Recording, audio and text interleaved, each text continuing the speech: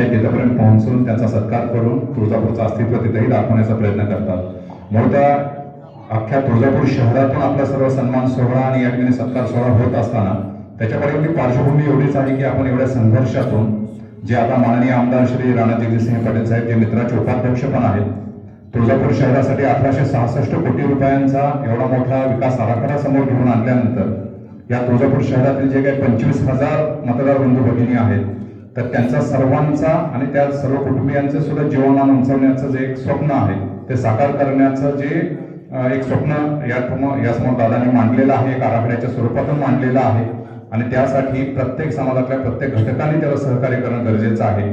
आपला सत्कार सोहळा म्हणजे इथल्या समाजाचा, इथल्या प्रत्येक घटकाचा आपल्याला असणारा हा पाठिंबा आहे की या माध्यमातून खरोखरच तुळजापूरचा विकास होत असताना सुद्धा त्याच्यामध्ये खारीचा वाटा का असताना पण प्रत्येक समाजाने घेतला पाहिजे।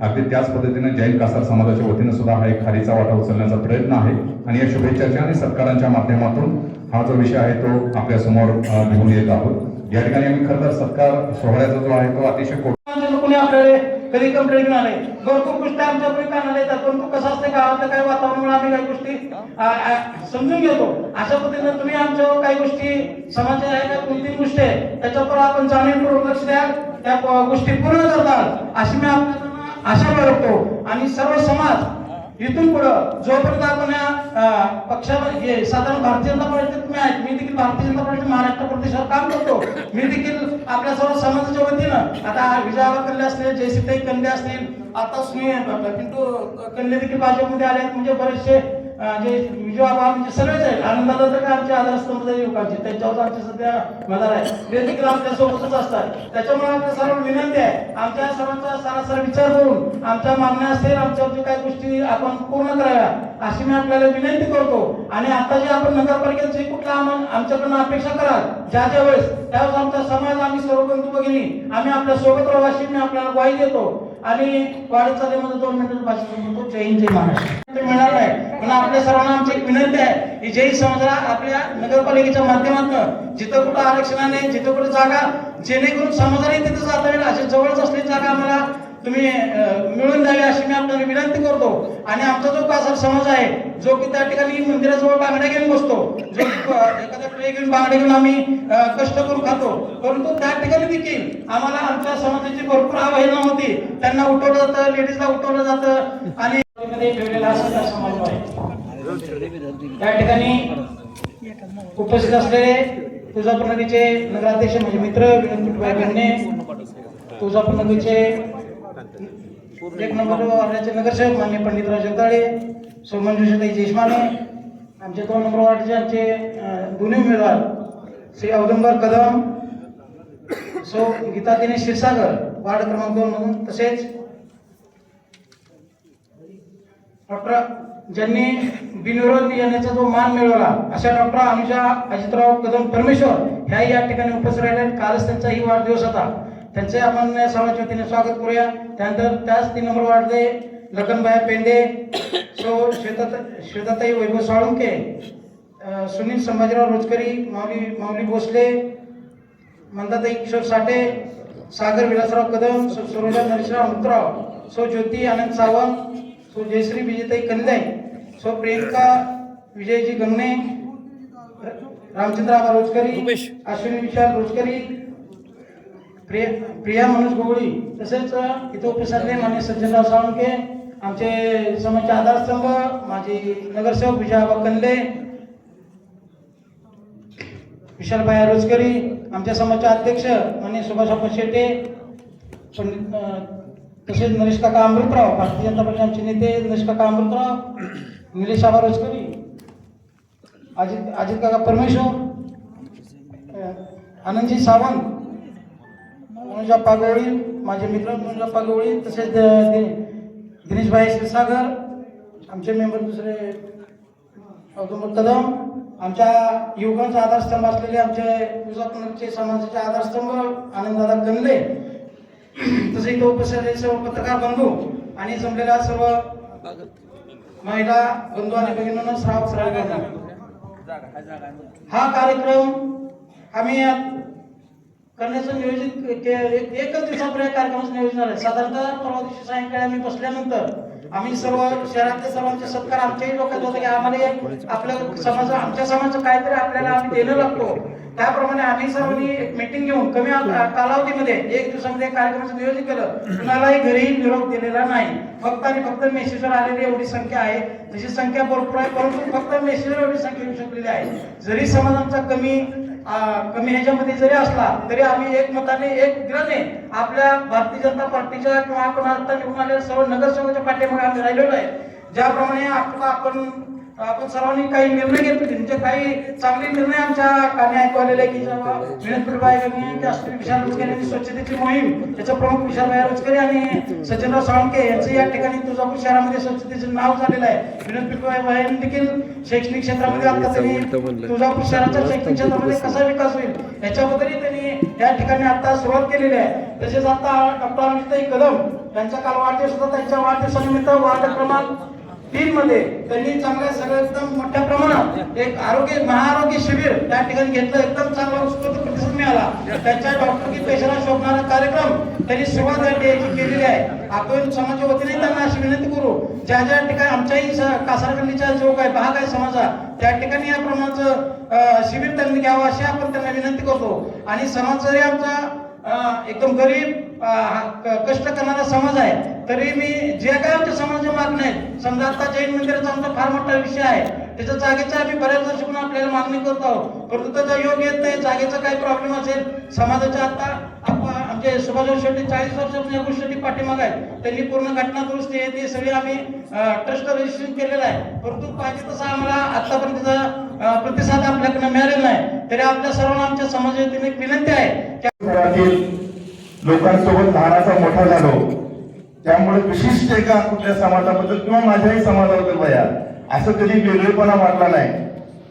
अनेक समाजाचे कार्यक्रम वया होतात, त्या कार्यक्रमाला मी क्वचितच असतो. आबा भाभी सर्वजण, आता माझे वडील नाही आहेत परंतु ते सुद्धा समाजाच्या कार्यक्रमामध्ये अग्रेसर असायचे. आजचा हा कार्यक्रम खरं तर सामाजिक उपक्रमाने सुद्धा अनेक कार्यक्रम आपल्या समाजाच्या वतीनं होणं अपेक्षित आहे. मी आताच उज्जैनला म्हणत होतो की आपल्या समाजाच्या वतीनं आजवर सामाजिक उपक्रम किती झाले, तर मोजकेच कार्यक्रम त्यांनी सांगितले. कधीतरी आपलं हे झाले म्हणजे वृक्षारोपण, आणि याच्या अगोदर वधूवर सूचक मेळावा झाला होता, त्याला काही येत नाही, तो एक कार्यक्रम झाला होता. तर असे कार्यक्रम म्हणजे या कार्यक्रम असे कार्यक्रम होत असताना आपण सर्व समाजाला सोबत घेऊन आपण कार्यक्रम करणं अपेक्षित असतं. आणि दुसरी गोष्ट, ज्यावेळेस आता अनेक जणांनी जैन मंदिर जात आहे, जैन मंदिरासाठी जागा हवी आहे या मागण्या केल्या, परंतु त्यातल्या त्याच वेगळेपणा काय आहे, आपण अगोदर मागणी काय केली पाहिजे समाजाच्या वतीनं की किसान चौकी तो पावणारा गणपती हा रस्ता मोठा होणं गरजेचं आहे. भैया तो रस्ता मोठा करा, परंतु त्याच्या बरोबर दुसरी मागणी आपण अशी केली पाहिजे की भैया रस्ता मोठा अगोदर करा, तो गरजेचा आहे. हा शहरासाठीचा मोठा प्रश्न आहे, बरोबर आहे का भाऊ? तशी मागणी अगोदर होणं मला अपेक्षित होतं. कारण शहरात आपण राहतो, आपण शहरात जैन कासार, आपण हिंदू कासार, कालिंगा कासार, बरेच आता आपल्यामध्ये आपण काही प्रकार करून ठेवले. हे असण्याच्या अगोदर मला असं वाटतं की आपण पहिले तुळजापूरकर आहोत, तुळजापूरकर म्हणून पहिली मागणी आपली असली पाहिजे. आणि त्याच्यानंतर आपण मग समाज जाती धर्मामध्ये आपण परत त्याच्यानंतर येतो. तुळजापूरकर म्हणून आपण पहिली मागणी काय केली पाहिजे, तर भैया तो रस्ता पहिला मोठा करा. आणि मोठा करत असताना मंदिरची जागा जाते निश्चित. टुटू भैया एक असं रसायन आहे, मी आज त्यांच्यासोबत 15-20 वर्ष काम करतोय, त्यांनी मला भावापेक्षा कमी प्रेम दिलं नाही. राणादादांनी घरातल्या कुटुंबातल्यासारखं मला मुलासारखं प्रेम त्या ठिकाणी दिलं. या सर्वांनीच मला त्या ठिकाणी अनेक त्या ठिकाणी व्यासपीठं दिली, संधी दिली, पदं दिली. आणि तुमच्या सर्वांच्या माता भगिनींच्या सर्वांच्या आशीर्वादाने मी त्या सर्व पदाला न्याय देऊ शकलो. याच्यासाठी सुद्धा मी या व्यासपीठावर सर्वांचे मी पुन्हा एकदा आभार मानणार आहे. कारण त्या माध्यमातून मला समाजाची भैया सेवा करता आली.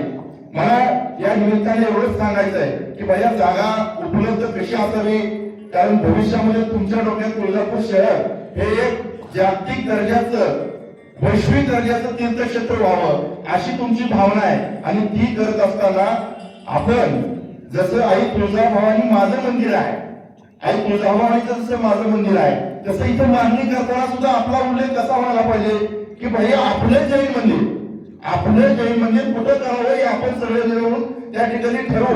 आमचं जैन मंदिर असा उल्लेख होणं मला अपेक्षित नाही. आमचं नाही, आपलं जैन मंदिर. जसं विशाल भाऊ म्हणाले की आपण जैन मंदिर आता करत असताना त्याचा दर्जा एवढा मोठा पाहिजे. आई तुळजाभवानीच्या मंदिराच्या त्या ठिकाणी जैन मंदिर सुद्धा आहे हे सुद्धा त्या ठिकाणी सगळ्यांना कळलं पाहिजे. अशा पद्धतीचं त्या ठिकाणी जैन मंदिर असलं पाहिजे या मताचा मी आहे. पहिला दुसरा एक विषय आपलं कालिका मंदिर त्या ठिकाणी आपशिंगा रोडला आहे. तिथं सुद्धा परवा दादांनी भेट दिली. भैया सुद्धा आपल्या त्या कार्यक्रमाच्या निमित्ताने त्या ठिकाणी येत असतात. त्यांनीही सांगितलं की त्या ठिकाणी जागा जशी उपलब्ध होईल त्या ठिकाणी आपण व्यवस्था करणार आहोत. परंतु माझं असं म्हणणं आहे की आपण जेवढ्या पोटतिडकीनं आपण जैन मंदिराबद्दल सांगतोय, आपण तुळजापूर शहरातल्या सुद्धा अनेक गोष्टीबद्दल सूचना नगराध्यक्ष म्हणून कुटुंबायांना, नगरसेवकांना आणि आमदारांना लेखी स्वरूपामध्ये दिल्या पाहिजे. कारण आपल्या समाजामध्ये सुद्धा अनेक अभ्यासू, अधिकारी, डॉक्टर, सर्व मोठे मोठे व्यावसायिक आपल्या समाजामध्ये आहेत. त्यांना अनेक संकल्पना त्यांच्या डोक्यामध्ये आहेत. भया माझी विनंती आहे की या निवेदनासोबत आपण आपलं शहर कसं असलं पाहिजे याची सुद्धा मागणी त्या ठिकाणी आपण जोडली पाहिजे. आणि या शहराचा, या तुळजाभवानीच्या नगरीचा आपण एक घटक म्हणून त्याचा सुद्धा विकास कशा पद्धतीने केला पाहिजे. आणि नुसता केला पाहिजे नाही तर भैयाचं असं मत आहे की मी नगराध्यक्ष जरी असलो तरी या विकास कार्यामध्ये, या विकास कामामध्ये आपण सर्वजण सहभागी होणं भाग आहे. एकटे कुटुंबाया कुठलंही काम त्या ठिकाणी करू शकणार नाही. त्यांनी विविध भागाच्या विविध समस्या सोडवण्यासाठी विविध टीम त्या ठिकाणी करायचं ठरवलंय. त्या त्या विभागाची टीम त्या ठिकाणी काम करणार.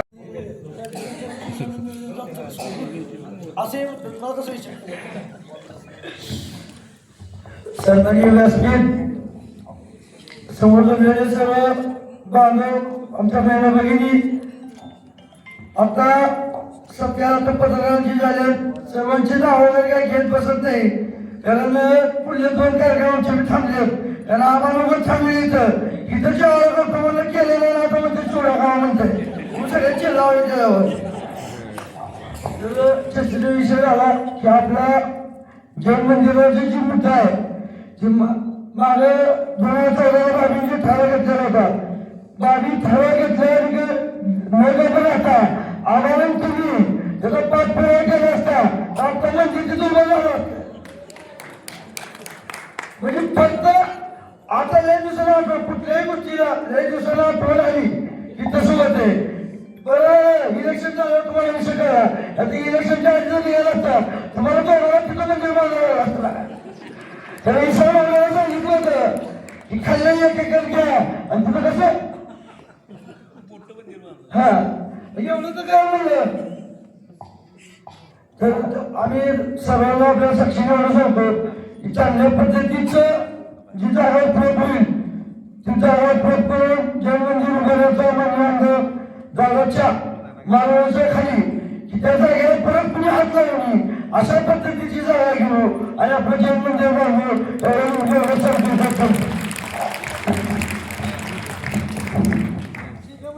मी या ठिकाणी विनोद भैया गंगणे यांच्याकडे आभार व्यक्त करतो. तुम्ही करता परिवारातले आहेत.